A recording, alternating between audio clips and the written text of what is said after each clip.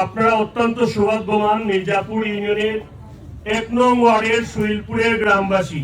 কি জন্য বললাম, মাত্র ৪ মাস নতুন সরকারের বয়স হওয়ার পর আমাদের গণপ্রজাতন্ত্রী বাংলাদেশ সরকারের মাননীয় প্রধানমন্ত্রী জনাব তারেক রহমান মহোদয় আপনাদের মাধ্যমে আমাদের এই শ্রীমঙ্গল সফর। সেই জন্য আপনাদের গ্রামের প্রত্যেক নেতাকর্মী সহ যারা সুবিধা নিয়েছেন দলের তৃণমূলের মানুষ সবাইকে আমাদের বিএনপি পরিবারের পক্ষ থেকে কৃতজ্ঞতা প্রকাশ করছি। আপনারা জানেন আমাদের মাননীয় সংসদ সদস্য যুক্তরাজ্যে সফরে আছেন। আজকের এই মিটিং এর ব্যাপারে আমাদের উপজেলা নেতৃবৃন্দের সাথে আলাপ করেছেন।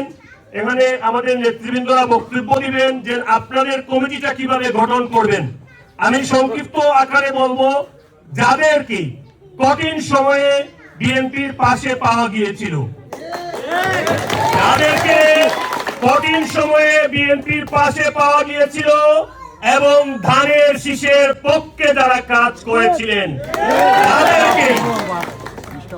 তাদেরকেই ধানের শীষের পক্ষে যারা কাজ করেছিলেন তাদেরকেই আমরা কমিটিতে অন্তর্ভুক্ত করব এবং করবেন আমার অত্র ওয়ার্ডের শুধু বিএনপির নেতৃবৃন্দ যারা আছেন।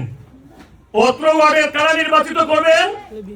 যারা বিএনপির নেতৃবৃন্দ যারা আছেন শুধু তারাই নেতা নির্বাচন করবেন। এছাড়া আমাদের দলের অঙ্গ সংগঠনের নেতৃবৃন্দ যারা আশেপাশে আছেন, নির্বাচিত নেতাকে আপনারা করতালির মাধ্যমে স্বাগত জানাবেন। আমার কথা ক্লিয়ার? কোনো বেদন আছে?